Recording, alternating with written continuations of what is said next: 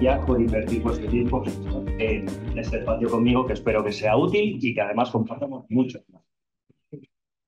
Vamos a hablar de hackeando el cerebro ante la complejidad de las interacciones sociales. Entonces vamos a ir hablando de distintas cosas. Hablaremos del miedo, hablaremos de las interacciones sociales y luego ya hablaremos de hacks, ¿no? De cómo nos llevamos desde aquí. La idea es que os llevéis cosas tangibles que podéis aplicar ya aquí. Si empezáis a hablar y no me escucháis, pues que ya las podéis aplicar o que las podamos aplicar desde el primer segundo que salimos de aquí.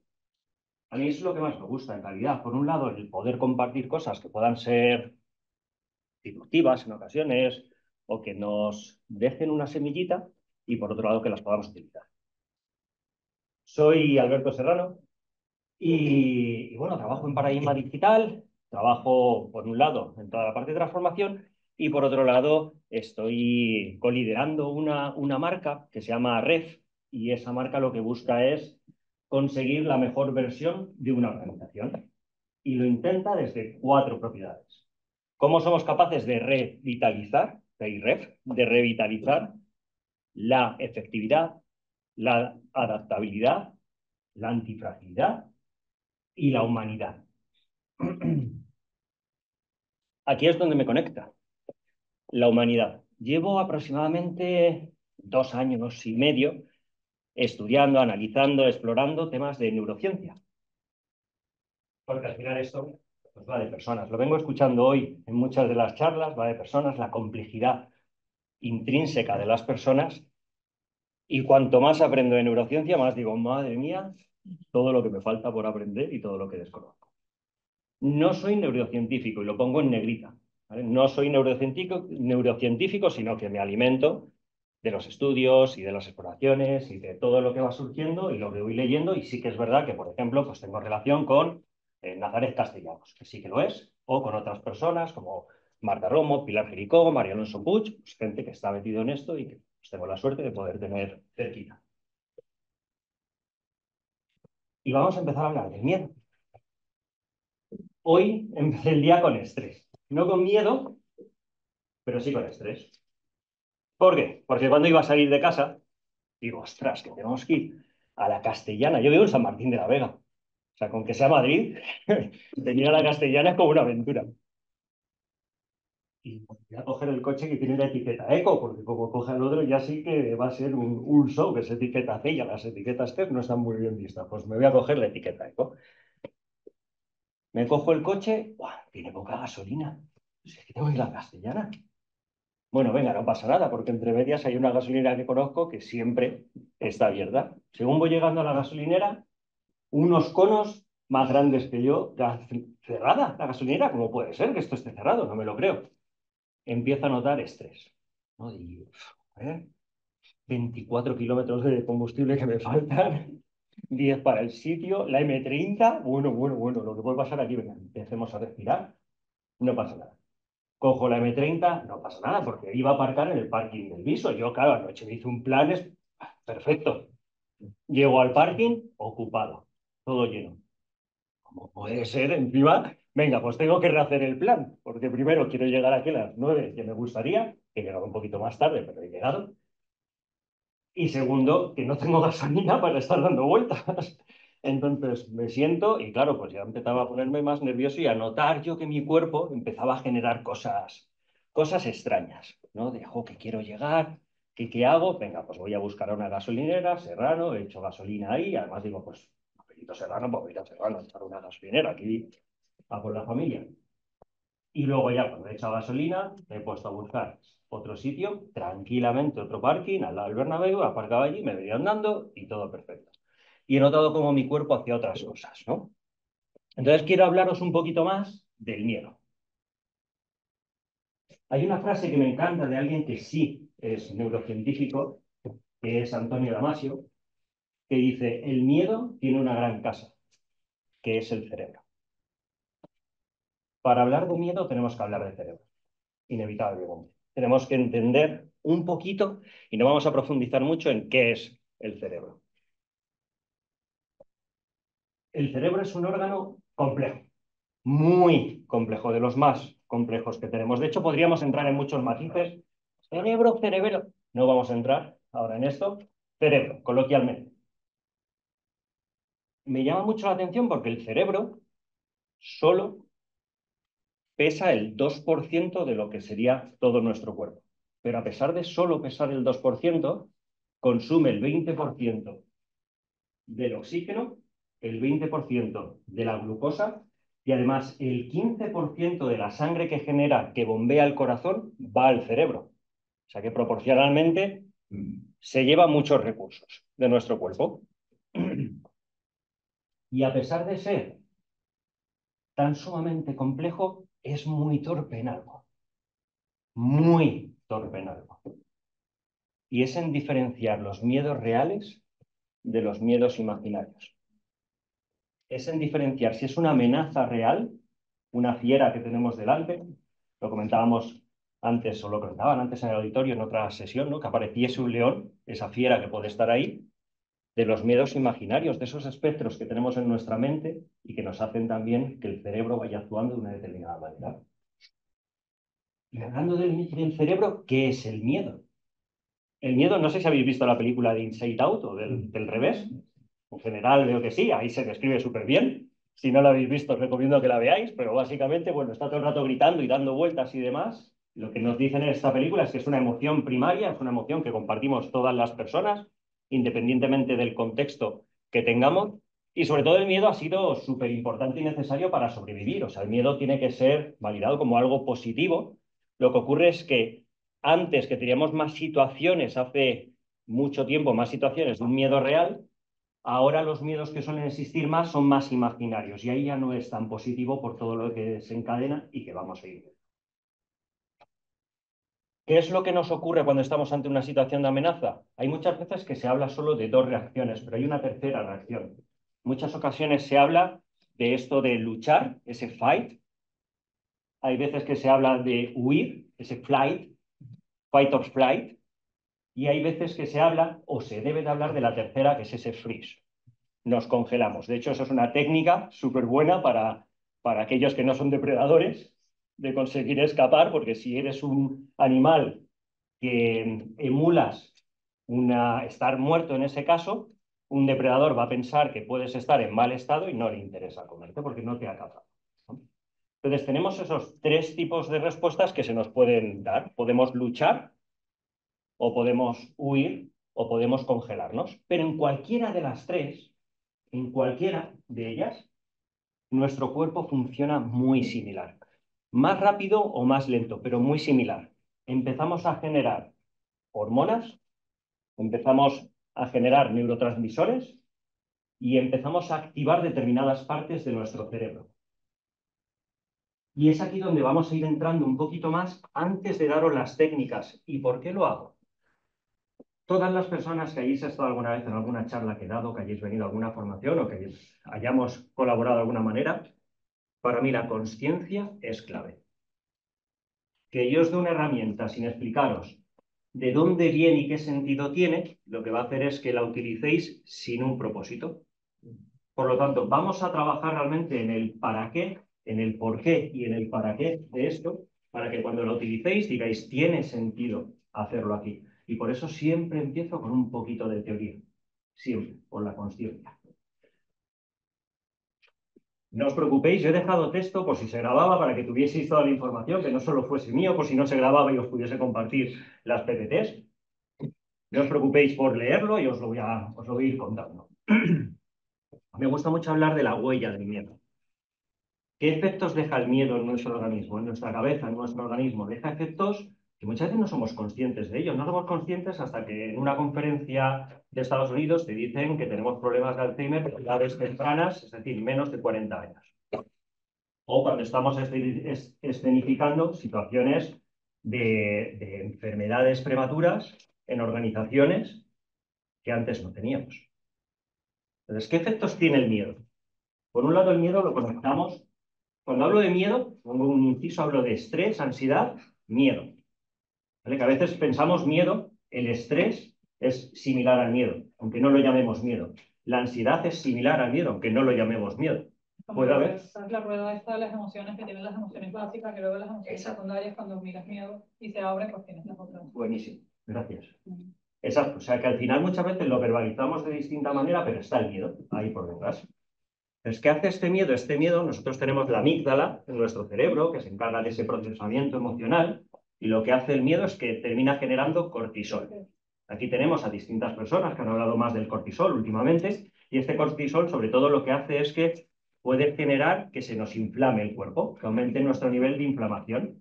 Y con este miedo lo que hacemos es que cuando vivimos ese estrés, por ejemplo, se disparan los niveles de cortisol un 150%. Unas cantidades importantes. No solo eso, sino que el hipocampo, cuando nosotros tenemos miedo constante, el hipocampo es el centro de nuestra memoria, se ve reducido un 20%. No solo eso, la frecuencia cardíaca aumenta entre un 40 y un 50% y también lo hace la presión arterial. Problemas por aquí. No solo eso, sino que la sangre que está aquí arriba, y esto es fundamental, a mí me encanta María Alonso Puig como lo describe, la sangre que está aquí arriba no es necesaria cuando tenemos miedo. ¿Hacia dónde va? Hacia aquí, hacia las extremidades. ¿Por qué? Porque antes era como funcionaba el cerebro. Hay un león, ¿para qué voy a pensar? O me peleo con el león, o me voy, o me congelo. Entonces, ¿qué hago con la sangre? La envío a las extremidades. Y por eso, y esto es fundamental, y por eso nosotros trabajamos muchísimo el concepto de la seguridad psicológica, si tú tienes miedo, no eres creativo.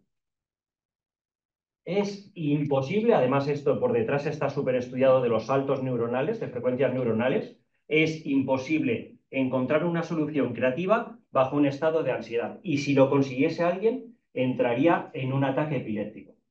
Demostradísimo. Está demostradísimo por el salto que tienen que dar las neuronas, el salto de frecuencia que tienen que dar, te generarían un ataque epiléptico. Por eso es súper útil, por ejemplo, ya os dejo ahí un pequeño hack, si en algún momento estáis viviendo una situación más de ansiedad en este momento, de tensión en un momento laboral, y os dicen, y pensemos una solución, es mejor irnos al gimnasio, irnos a correr, salir, ponernos a hacer otra cosa, escuchar música para bajar las neuronas, para bajar la frecuencia que tenemos en ese momento, para cambiar esa frecuencia. Y está todo estudiado, luego lo hemos vivido y hemos dicho, jo, pues es que luego me acosté y cuando me levanté, yo recuerdo cuando estudié informática, que era por las noches durmiendo cuando se me ocurrían las soluciones de los algoritmos. Era como, ostras, pues me levanto con la solución y yo estaba deseando irme ahí al ordenador. Entonces es súper importante seguir entendiendo cómo funciona ese miedo. Si no tenemos sangre en el cerebro, no hay oxígeno, no hay el mismo oxígeno, entonces no puede funcionar igual. Pero no solo ahí, sino en otras partes. La adrenalina, podemos decir, qué bien. Cuando tenemos una situación de estrés, se genera más adrenalina, nuestros músculos están alimentados de esta adrenalina, aumentamos nuestra fuerza muscular hasta un 20%. El problema es que si esto se alarga en el tiempo, la fatiga crónica se instaura en nuestros organismos, y no solo eso, sino que también empezamos a tener problemas como digestión. ¿Os suena esto de, pues es que tenemos úlceras por estrés y cosas parecidas? Normal, por un lado por el aumento de adrenalina y muchas otras cosas, y por otro lado porque ¿para qué me va a entrar a mi hambre si me persigue un león? No tiene sentido. O sea, si yo voy corriendo y viene un león detrás y yo veo un árbol con una manzana, no digo, espérate, que me voy a comer esta manzana, que tengo hambre, y luego ya seguimos la carrera. No tiene sentido, se nos va la sangre de muchas vísceras, se va a las extremidades también. Y además, bueno, está la parte de los telómeros, simplemente miedo, también chungo para las células, ¿vale? Y para el envejecimiento. O sea, aparentemente parece que esto no nos gusta. Y ya después de esta slide ya voy a pasar a otro tema diferente. Al final, si nosotros pensamos en el miedo nos activa una serie de elementos fundamentales, como es ese aumento de la frecuencia cardíaca, el aumento de la respiración, de toda la parte muscular. Además, nos suprime el sistema inmunológico para poder dar una respuesta a otras partes. Además, también disminuye esa actividad digestiva, también aumenta la sudoración, es decir, genera un montón de consecuencias. Y lo que a mí me gustaría que os llevase eso, y a nivel de ese primer punto de conciencia, es no le restemos importancia ni al estrés, ni a la ansiedad, ni al miedo, que parece que o tengo la sensación de que se ha instaurado en las organizaciones o en las relaciones, y es normal hablar de, pues tengo esto otro. Entonces, no lo demos como algo habitual, porque las situaciones de estrés crónico no solo llevan a estas enfermedades graves, sobre todo enfermedades degenerativas del cerebro, sino que pueden generar muertes prematuras. Y una vez visto esto, vamos a ver cómo conecta con las interacciones sociales.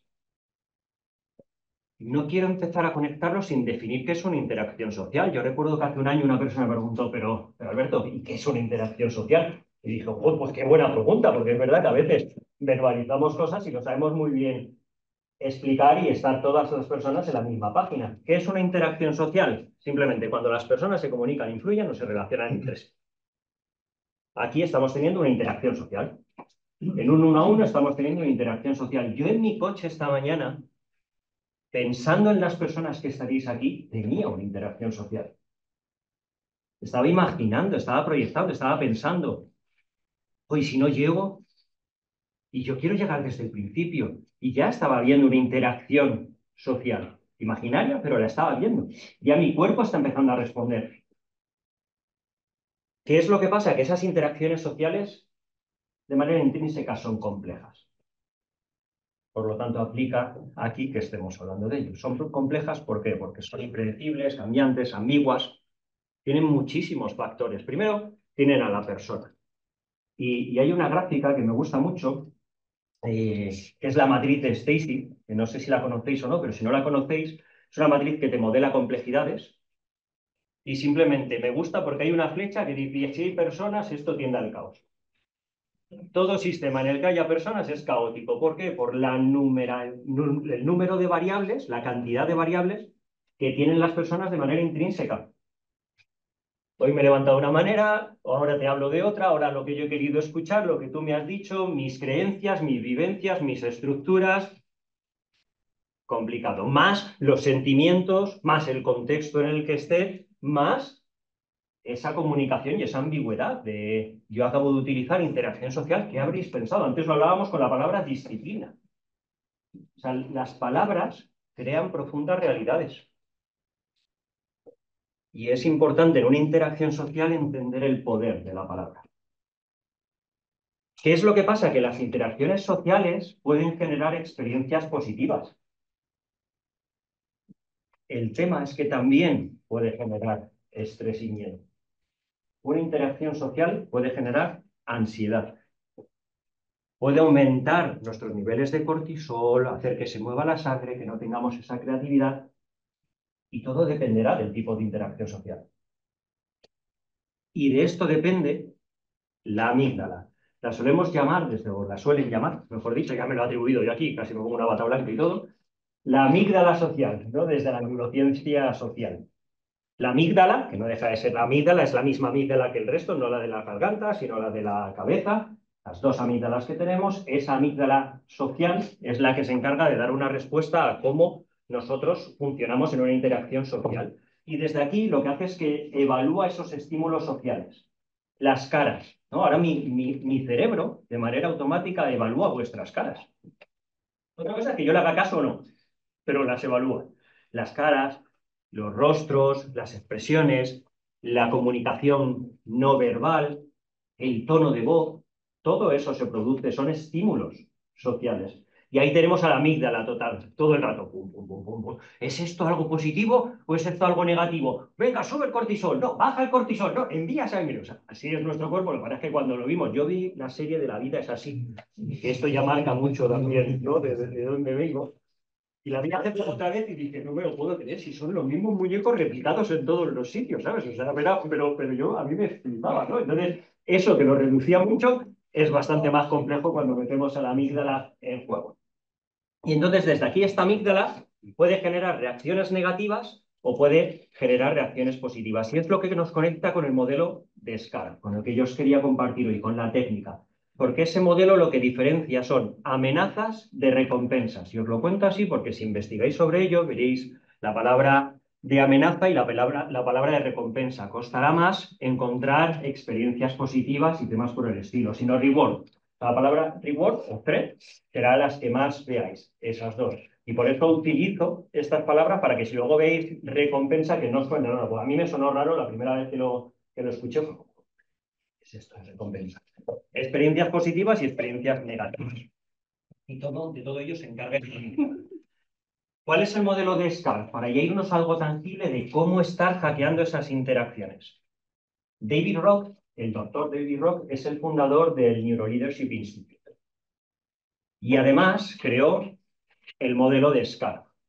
El modelo de SCAR lo que pretende es darnos una perspectiva para intentar comprender cómo funciona nuestro cerebro y sobre todo esas respuestas emocionales ante una interacción social. ¿Cómo funciona esto cuando estamos teniendo una conversación o no? Cuando nos estamos mirando o cuando estamos interpretando lo que otra persona pueda estar diciendo.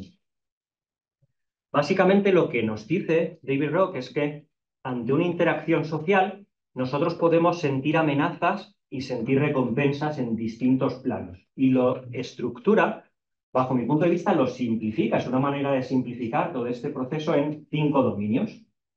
Básicamente lo que podemos pensar cuando tengamos una interacción social es en que en la interacción social nos va a influir el estatus, la certidumbre, la autonomía, la relación y la equidad. Y son los 5 dominios que podemos tener presente antes, durante y después de toda interacción social. Y vamos a ir viendo lo que es cada uno de ellos. Y para eso os voy a ir dando unos minutitos con una pseudoestructura. ¿Para qué? Sobre todo para que teniendo en cuenta estos 5 dominios podamos mejorar la experiencia, que sea más positiva y que salgamos pensando en bienestar. Y una cosa que me gusta, que es decir, oye, de esta interacción social, ¿he salido bien o he salido fastidiado? Pues con esto es lo que vamos a intentar hackearlo y optimizar esas interacciones sociales para que sean más efectivas.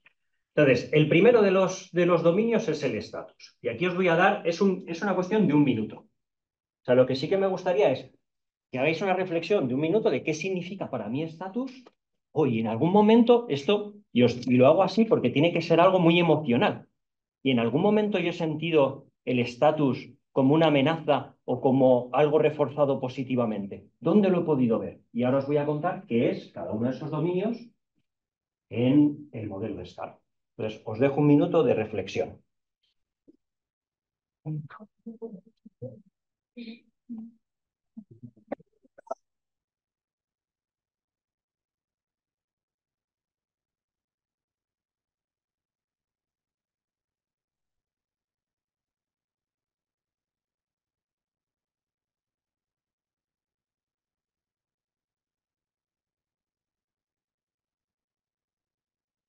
El estatus es la necesidad que tenemos de percibir y mantener una posición social favorable dentro de un grupo o de una jerarquía. Y esto en el mundo de las organizaciones, el estatus está. Yo he estado en startups más grandes, pequeñas, en incubadoras, aceleradoras, en empresas IBEX, en otros tipos. Y me gusta cuando voy a alguna empresa y dicen, aquí no hay jerarquía. Y yo digo, ¿alguna habrá? Alguna habrá, que sea un nivel o 2, porque si hay uno ya hay otro, ¿no? Entonces, algo habrá de jerarquía. Entonces, el estatus está. No es que yo fundé esto y no digo que no hay jerarquía, pero la hay, ¿no? Y entonces que no es lo mismo que yo diga que no hay jerarquía que lo fundé, que tú digas que no hay jerarquía que te estoy pagando. No, bueno, vamos a ver, ¿no? El estatus está ahí. ¿Y cuál es el tema? Que el estatus nos puede generar, si se ve atacado ese estatus, nos puede generar inferioridad, humillación, falta de reconocimiento, o si se ve alimentado positivamente, nos puede generar motivación o compromiso. Y no solo os quiero dejar la definición, sino que os quiero dejar un ejemplo de cada uno de esos 5 dominios, dando feedback. O sea, pensemos en el modelo de SCARF cuando nos vayamos a enfrentar a una conversación para dar o recibir feedback si nos han agendado una sesión para recibir feedback. No siempre te puedes preparar el modelo porque es, oye, te voy a dar feedback y como es un regalo, tómalo, ¿sabes? Y es como, bueno, gracias por no permitirme aceptar el regalo. Entonces, desde aquí, por ejemplo, si le vas a dar feedback, sobre todo a una persona que tenga un cargo superior dentro de la organización, pensemos en cómo va a recibir ese feedback, porque yo en ocasiones, y yo soy de dar feedback, y en otras ocasiones luego he dicho, ostras, la he liado, ¿sabes? Porque le he dado feedback al que es mi jefe, dentro de poco viene a la revisión y le he notado que le ha quemado. Que le ha quemado como diciendo, yo recuerdo, tuve un jefe argentino hace 3 organizaciones Que me dijo, Alberto, es que tú estás... ¿Qué vas a hacer con organización? Y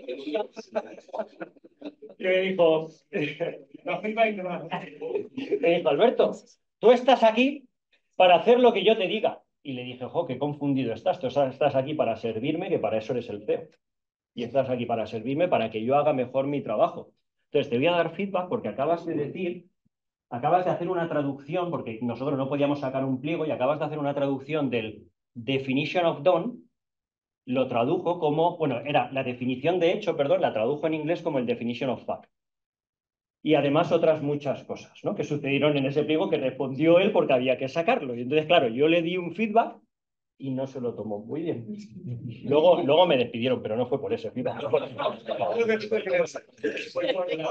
Fue por otros muchos que vinieron después. Me despidieron en realidad cuando el feedback le ayudó al presidente con 13 argumentos de por qué había dicho una gilipollas, ¿no? Entonces, como eran 13 argumentos escritos que evidenciaban que su estatus estaba por debajo de un tío que había por ahí, pues me despidieron, ¿sabes? Pero oye, yo lo hacía sabiendo que además era un sábado, estaba esperando la revisión del coche, sabía que lo probable era que me despidieran el lunes. Cuando yo llegué allí, vi a un tío que no conocía con un maletín y dije, hostia, chaval, pues se me van a despedir. Y sí, me despidieron, ¿sabes? Gracias. La certidumbre. Entonces, la certidumbre, perdonad, la certidumbre, pensemos en la certidumbre, venga. Vamos a pensar en qué es para nosotros y nosotras la certidumbre y dónde hemos notado, dónde nos viene, pues aquí me picó o aquí me encantó.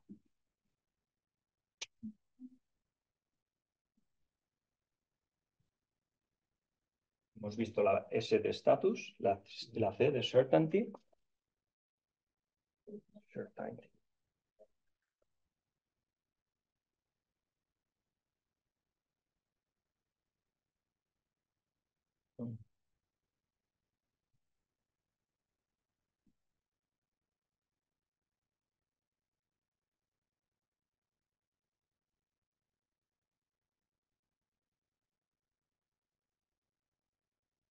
Bueno, pues, ¿qué es la certidumbre? La necesidad de predictibilidad y coherencia dentro de nosotros, ¿no? La predictibilidad, ¿no? Oye, pues yo sé lo que puede pasar o no sé lo que puede pasar. ¿Qué ocurre? Que la certidumbre, una falta de certidumbre me puede llevar a una sensación de ansiedad por la pérdida de control, mientras que en cambio, si yo tengo la certidumbre controlada y puedo reducir esa certidumbre o puedo aumentar, perdón, la certidumbre, reducir la incertidumbre, me puede llevar a tranquilidad, a creatividad, a no tener esa sensación de estrés. Un ejemplo de certidumbre, pues lo típico durante una fusión o durante un cambio de liderazgo o durante una compra, o durante un cambio del modelo organizativo en una organización. Lo hay y dónde estoy yo, qué va a ser, quién va a venir, y cuando empiezan a haber huecos, los rellenamos. Si hay huecos, se rellenan. O sea, la capacidad que tiene el cerebro de tratar los miedos será torpeza, pero la capacidad humana para rellenar huecos es increíble. Hay historias de todos los colores, tipos, tamaños cuando hay un hueco. Y dices, ¿cómo alguien se ha inventado esto? Si no, no puede ser. Entonces, lo que tenemos que intentar realmente es ver si es necesaria o no esa certidumbre, porque todo el modelo, y ya os lo adelanto, todo el modelo está conectado. No me voy a ir a una conversación con la S de estatus, sino que me voy con todos los dominios a esa interacción social. Pues aquí tenemos un ejemplo donde potenciar la comunicación nos ayudaría. Y en la anterior, por ejemplo, en estatus, donde realmente reconocer la labor de esa persona, también nos ayudaría. La autonomía. A pensar. La autonomía. En cuanto me salga el cartelito, dejamos de pensar. No.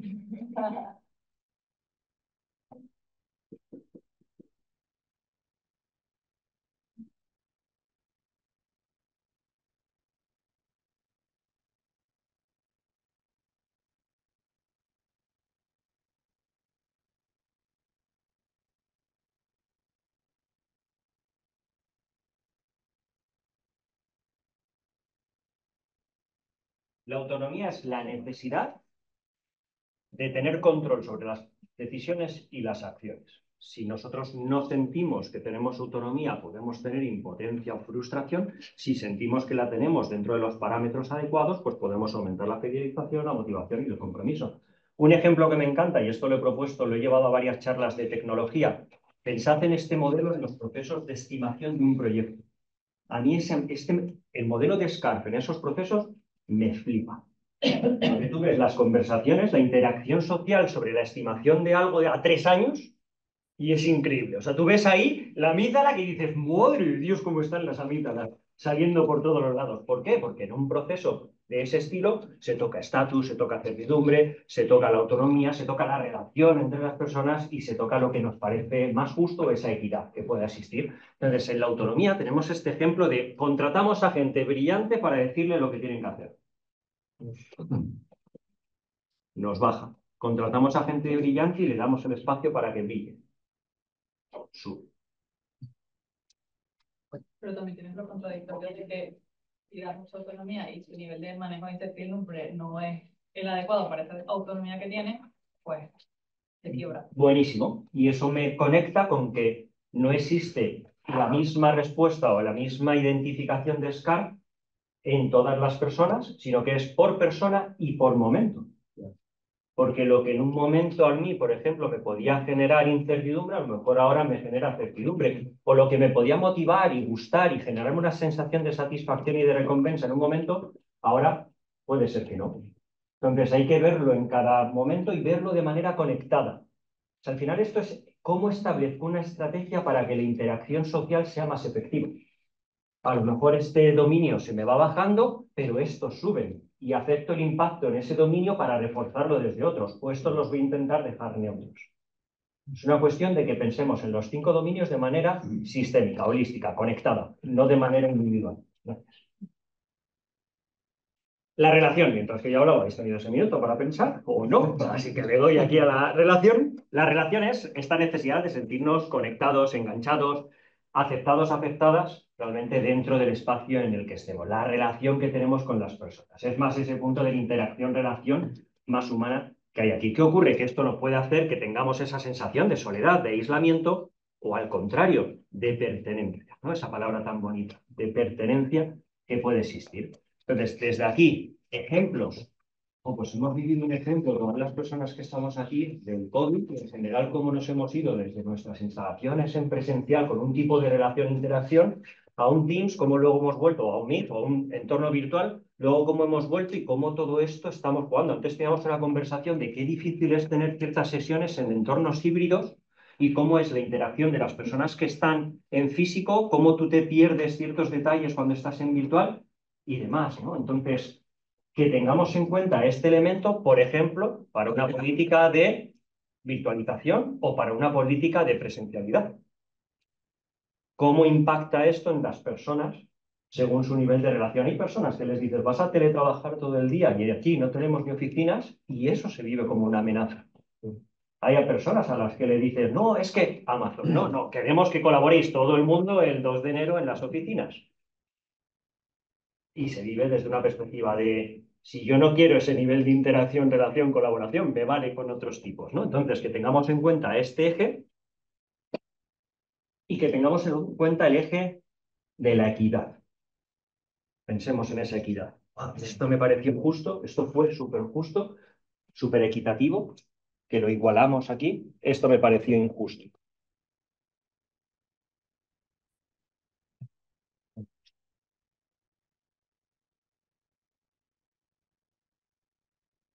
La equidad precisamente es ver estas cosas, ver lo que ocurre y tener ese sentimiento de algo justo o algo equitativo. ¿No? La sensación de injusticia nos genera esa desconfianza, ese resentimiento, mientras que la sensación de equidad fomenta la colaboración y el compromiso. Algo súper claro que ocurre en muchas organizaciones es el favoritismo, ¿no? O en contraposición la discriminación, que no te tienen por qué estar discriminando, pero con que sientas que ha sido injusto un proceso de evaluación del desempeño, ¿por qué a estas personas sí y a mí no? ¿Por qué ha habido esta conversación? ¿Por qué le han subido el sueldo y a mí no me han subido? ¿Por qué ha pasado? ¿No? En cuanto sientes eso, empieza ahí tu cuerpo, ¿no? Pensemos ya, que es lo que yo quería que conectásemos, pensemos en, ostras, espérate, cortisol empieza a subir, la respiración me lo noto, y aquí es donde vamos a ir a los hacks. ¿De qué manera podemos intentar trabajar cuando estemos en las interacciones sociales? La primera es teniendo conciencia del modelo de SCAR. Yo no en todas las interacciones sociales, no soy tan así, ¿no? O sea, no me lo llevo aquí y digo, espérate, que vamos a tener una interacción social, me voy a preparar esto. Pero sí que en las interacciones sociales en las que yo quiero generar una estrategia para ser efectivo, ahí sí que me preparo antes con el modelo de SCARF, la interacción. Durante lo tengo presente para ver, ostras, a esta persona veo que le estoy dando este mensaje y le está bailando la autonomía y noto que por aquí le está gustando más y después para aprender. O pues mira, la estrategia que tenía pudo no funcionar, me mapeo los dominios, me hago un teatrillo de cómo fue, por ejemplo, esto con una coach que tuve me gustaba mucho y lo aprendí, el hacerme el teatrillo después para ir haciendo mapeos y desde ahí veo, ojo, pues mira, para otra ocasión con esta persona o para otras personas, esta es la mejor estrategia. O eso creo.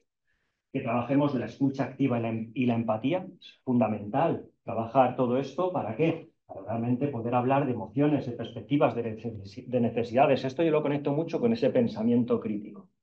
A lo nuestro puede estar bien. ¿Cómo me pongo en los pies de la otra persona para defender su idea? Y desde aquí realmente que podamos también trabajar las interacciones sociales, no intentando defender nuestra postura, sino entender a la otra persona. Yo he entrado en muchas interacciones sociales que se han vivido como un combate, un gana o pierde. Y ahí no hay posibilidad de congelarte. Si te congelas, has perdido. También la comunicación transparente. Lo he dejado así. El CNV es el modelo de comunicación no violenta. Yo igual es algo que practico durante la comunicación. Esto simplemente os lo dejo como si os apetece investigar más. Es un modelo que me fascina y cuanto más lo uso, más me fascina. Y básicamente lo que nos permite es entender una comunicación no solo desde lo que yo siento, sino desde lo que puede ser objetivo, después de lo que yo siento, de lo que yo necesito y después de lo que yo te pido. ¿Vale? Entonces también es bastante interesante. Después la gestión del estrés y la ansiedad, esto está cada vez resuena más en dinámicas de respiración profunda, mindfulness, determinados temas que sobre todo nos permitan rebajar el nivel de estrés. Yo cuando me he encontrado el parking cerrado, he notado que me subía la respiración y he empezado a hacer respiraciones más profundas. Venga, esto todo está. Y luego, por ejemplo, la parte de ser consciente de que estamos en un punto de secuestro emocional, que la amígdala nos está barriendo y que no es el momento de tener una conversación racional porque estoy invadido por el cortisol, por ejemplo. Entonces hay determinadas prácticas, como puede ser la meditación o el mindfulness, que nos ayuda a ganar esa conciencia para poder buscar una vía de escape. Esa misma coach siempre me dijo, piensa no solo cómo vas a entrar en una conversación, sino cómo puedes salir sin haber llegado a ningún acuerdo. Búscate siempre una vía de escape y a mí hay una muy buena que es, mira, no me está convenciendo, pero voy a ver si en otro momento me convence o te convenzo, ¿no? Entonces vamos a dejarlo, vamos a darnos un tiempo muerto. Feedback constructivo, que trabajemos realmente desde un feedback que sea provechoso. Y por último, y me parece muy importante que asumamos que toda interacción social tiene una responsabilidad compartida. Yo mismo me he clavado espadas de Damocles y me he echado muchas cosas encima, es decir, no he sido capaz, no hemos sido capaces. Hay un punto de responsabilidad compartida, por mucho que preparéis algo con SCARF, puede salir fatal. Y lo que creíais que era hipotéticamente una recompensa se ha convertido en una amenaza. Entonces, que tengamos también y que practiquemos la autocompasión, que nos viene bien para bajar los niveles de estrés. ¿Para qué queremos hacer todo esto? Os he contado lo negativo. ¿Cuál es lo positivo? Si nosotros somos capaces de enfocar las interacciones sociales desde una perspectiva de recompensa, desde esa experiencia positiva, vamos a potenciar el bienestar, la función cognitiva. O sea, no podemos tener equipos creativos bajo situaciones de estrés. Es tirar el dinero, es un desperdicio. O sea, dime qué necesitas para estar bien, que te monto un gimnasio, pues yo te monto un gimnasio, haces yoga y bailamos lo que haga falta, pero tú ten la mente donde la tienes que tener, que te pago por pensar. Entonces, vamos a mejorar la función cognitiva, la reactividad emocional, ese equilibrio, esa calma. Para mí hay una cosa que me encanta, que es decir a alguien, yo estoy en equilibrio. Y en cuanto me siento en desequilibrio, algo no está bien, para mí. También vamos a enfermar menos, que no viene mal tampoco. ¿No? Con todos los constipados que tenemos últimamente, la gripe, ay, no sé qué, cómo nos hemos quedado, pues oye, pues mira, si al menos en las interacciones sociales no salimos tan mal, pues también nuestro sistema inmunológico va a salir mucho mejor. Y además vamos a generar hábitos más saludables. ¿Por qué? Pues porque vamos a tener satisfacción en la interacción y entonces me va a apetecer ese after y me va a apetecer este momento y vamos a intentar hacer ciertas cosas que nos van a unir y las comunidades de prácticas tendrán más sentido y los debates serán menos de a ver si gano o pierdo en esta. Y os dejo una frase que me gusta mucho, en este caso es una reflexión, más bien una cita, que es mía, y es que sí que considero que en un mundo que es cada vez más complejo, la capacidad que tenemos para relacionarnos con estas interacciones sociales van a ser nuestra mayor ventaja competitiva. Así que muchas gracias.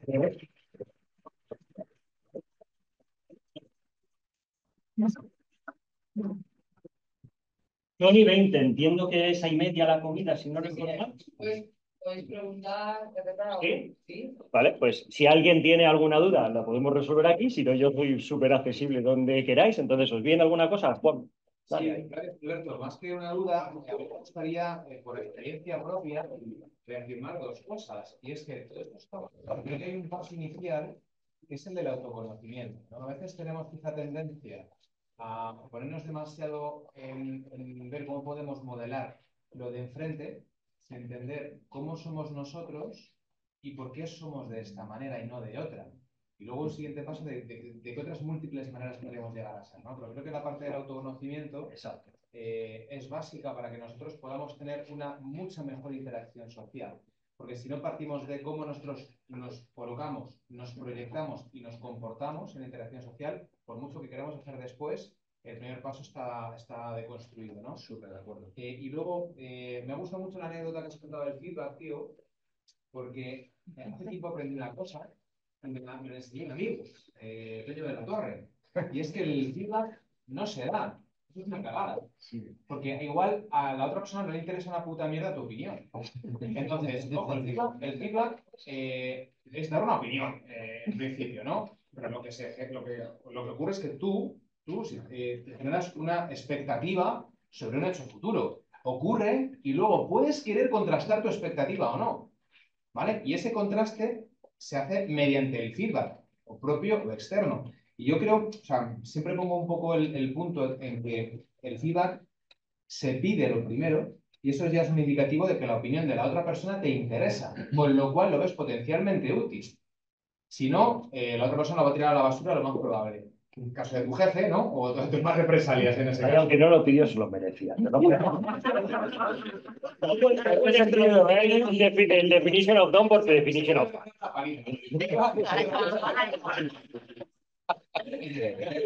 Creo que en el mejor de los casos lo puedes ofrecer con el entendimiento también de que la otra persona está en su derecho de negártelo, ¿no? Es como decir, no es lo mismo que yo me acerque a alguien que no conozco de aquí y le plante un beso, que se puede sentir agredido porque entro en su... Ya sé que tú y yo somos calvos y nos conocemos. Los calvos nos frotamos la calvita. Pero quiero decir, si yo me acerco a una persona que no me conoce y le doy un beso, aunque sea en la mejilla, lo puede entender como una ofensa o como una intromisión en su espacio personal. Otra cosa es que yo puedo acercarme y... ¿Te llamas? Hola, Gonzalo, ¿te puedo dar un beso? Y él me dirá, pues no. Pues sí. Me dice, bueno, de acuerdo, pues te lo he hecho un ofrecimiento, igual te lo pierdes, ¿sabes? Pero creo que implica que debemos tratarlo de la misma manera, con respeto por la persona de delante, porque no es que, me imagino que te habrá pasado a ti y a muchos de los que estamos aquí. Esa frase que alguien se te acerca y te dice, te voy a dar un tip. Y bueno, pero puedes meter un poco esos agujeros que están para rellenar, ¿sabes? Sí, fíjate que subo lo que estás diciendo con una cosa más. Lo aprendí no hace tanto de mi Neurolanguage Coach, que tengo la suerte de contar con ella, es una tía súper magnífica. Y tiene que ver con que además si te piden feedback, que le digas exactamente de qué quieres feedback. Y a mí esa me parece súper buena porque a veces alguien ha hecho una propuesta técnica y me ha dicho, oye, me das feedback y le he dado feedback de toda la propuesta técnica, se han cagado en mí porque a lo mejor le he estado corrigiendo que eso no era un punto, era un punto y coma o no sé qué, y lo que querían era feedback de ver si a mí me parecía que eso era legible, ¿no? Entonces, algo que ya hago a día de hoy es de qué exactamente quieres ese feedback, precisamente por lo que tú dices. Y si lo puedes anticipar, de hecho, condicionas la atención de forma positiva. Es decir, oye, antes de leerte esto, te voy a pedir opinión sobre estas cosas Fíjate bien, por ejemplo, en estructura, en semántica, no sé, las cosas que sean interesantes para ti. Gracias, Juanma. Yo tengo Por favor. dos. Una, ¿cómo se llama tu Neurolanguage Coach? Vale. Y la otra, ¿puedes mostrar un caso anecdótico donde hayas usado esto para una situación en particular? Sí, por ejemplo, a veces la uso conmigo mismo, a veces con otras personas. Yo ahora mismo no tengo headcount, ¿vale? Uno de los motivos por los que también, o sea, tenía varias opciones y uno de ellos yo decía, yo ya no quiero headcount. Entonces, aquí no lo tengo, pero sí que algunas personas de nuestra organización, por ejemplo, con nuestro CEO, algunas personas de nuestra organización, lo que he hecho ha sido trabajarlo cuando ha tenido que dar algún mensaje a alguna parte, el decirle, oye, mapea esto, mira a ver qué sientes y cómo lo puedes hacer. Eso es un caso. Para autoevaluación. O sea, no lo usas para preparación. Oye, yo voy a dar un mensaje a la organización, cómo puede afectar a su estatus, cómo puede afectar a su certidumbre, a su autonomía, al tipo de relación y cómo puede afectar a la parte de la equidad. Entonces, algunas serán neutras, otras subirán u otras bajarán. Y adaptas el mensaje a esto para no desestabilizar. Más que adaptar, puede ser que no lo quiera dar. Puede ser que tenga que adaptar la estrategia porque al intentar comunicarlo, y muchas veces que cuando tú verbalizas algo, esto es muy poderoso en el cerebro, cuando yo verbalizo algo tengo que hacer un esfuerzo adicional. Y al verbalizarlo puede ser que me esté dando cuenta que la estrategia no tiene sentido. Entonces, con SCAP nos permite ganar más conciencia de, ostras, esto que yo iba a contar, que me parecía una tontería, va a generar un problema de la leche. Y hay mensajes que no se han dado, porque no tenía sentido darlos. Entonces, cuando me preguntan, que no siempre me preguntan, pues yo intento trabajarlo desde esa perspectiva. En mi caso, en particular, siempre que veo que va a ser una conversación que quiero trabajar con una estrategia, como digo, no estoy ahora mismo pensando, ¿cómo te respondo desde SCARF? ¿No? Cuando quiero tener una estrategia, me pongo SCARF, paro, pienso y con esto lo trabajo y lo construyo con comunicación no violenta, ¿no? Sumo los modelos. A la hora de dar el mensaje, a la hora de articular la narrativa, la hago con comunicación no violenta, enfocando en cómo a través de la comunicación no violenta puedo intentar saber cómo reforzarte. Hace poquito tuve que dar un feedback a una persona de la organización porque básicamente me dijo, es que Alberto, tu trabajo lo puede hacer la inteligencia artificial. Y yo me dijo, perdón, vamos a construir desde el principio. Alberto, ¿tú tienes la piel fina? Y yo le dije, bronceada. Y entonces me dijo, bueno, pues yo te voy a dar el feedback. Y le dije, venga, dale. Y me dijo, bueno, que sepas que me acaba de leer la propuesta y es que este trabajo lo puede hacer una IA. Me dijo tu trabajo, pero bueno, al final lo hice yo, entonces lo puede hacer una IA. A lo cual yo noté que mi estrés, o sea, yo noté ostras, o sea, si te contesto ahora mismo, es posible. De verdad, me hirió mucho por una parte de que no sabía la cantidad de horas que había detrás de eso. Fue lo primero que pensé. Y lo segundo, me lo estás diciendo tú, que no tienes ni idea de esa materia. Entonces, claro, hay varias cosas de SCARF. Entonces, lo primero que hice fue ser consciente, como ha dicho Juanma, ¿no? El ser consciente de dónde me estoy. Y eso fue un jueves. Le puse una sesión al martes siguiente. Quería esperar, pensarlo. Me preparé SCARF y dije, de lo que yo te quiero decir, cómo puede afectar a tu estatus, al estatus de esa persona, cómo puede afectar al resto de dominios y con eso generé la estrategia. Y luego se lo dije, bueno, me pidió 2 libros. O sea, analizándolo, ¿cómo le puedo afectar el estatus o cómo le puedo afectar? Siempre, y aquí esto me lo ha dicho mucha gente, me han dicho, jo, Alberto, esto recuerdo hace un par de años que me dijeron, es que eres un manipulador de las conversaciones. No hay que verlo así. Yo esto lo veo como las redes sociales o como la inteligencia artificial. Son neutras como un martillo. Lo uso para clavar clavos o para abrir cabezas. Entonces, desde ahí depende de la responsabilidad. Depende de la responsabilidad de la persona, la neutralidad de la herramienta. En mi caso, lo uso para sentirme bien.